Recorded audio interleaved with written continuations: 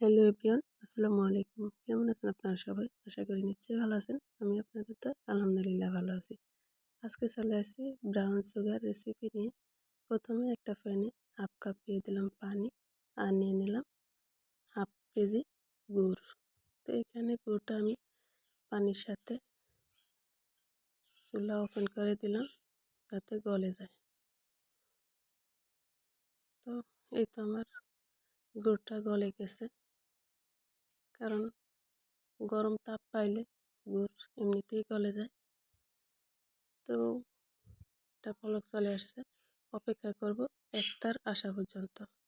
যখন একতার হয়ে যাবে তখন এটা নামিয়ে নিব।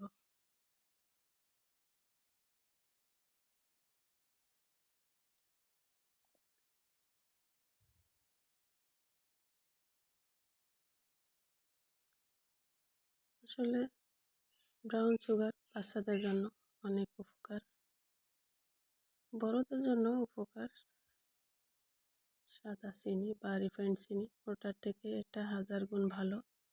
এই তো আমার এটা একতার হয়ে গেছে, এখন নামিয়ে নিব। নামিয়ে নিয়ে গরম থাকা অবস্থায় আমি সাদা চিনি বা রিফাইন্ড চিনি যাই বলেন ওটার সাথে অ্যাড করতে হবে। তো এখানে আমি চিনি নিয়ে নিলাম আধা কেজি। তো এটার সাথে আমার এই গুড়টা মিশিয়ে নিতে হবে। তো এটা প্রথম গরম, এই অবস্থায় হাত লাগানো যাবে না। এটা দিয়ে আস্তে আস্তে নেড়ে নিব। একটু ঠান্ডা হলে হাত দিয়ে তারপর মেখে নিব। এটা হাতেই মেখে নিতে হবে, কারণ এই চামচ দিয়ে করলে হবে না। কোনো জায়গায় এই গুড়টা পাবে, চিনির সাথে কোনো জায়গায় পাবে না, লেগে যাবে না। তো এই জন্য হাতে মেখে নিলে সুন্দরভাবে সব জায়গায় সমানভাবে গুড়টা লেগে যায়। তো এখন ঠান্ডা হয়ে গেছে, এখন আমি হাত দিয়ে সুন্দর করে মেখে নিব।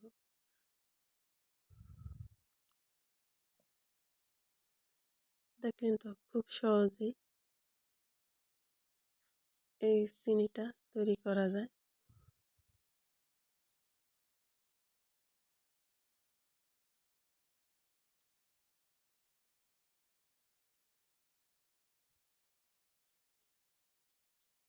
আমার এটা মাখানো হয়ে গেছে, একটু পরিবেশন করে দেখাই। কেমন লাগলো বন্ধুরা আমার ভিডিওটি কমেন্টে জানাবেন। খুব সহজভাবে বানিয়ে নিলাম, আপনারাও ট্রাই করবেন।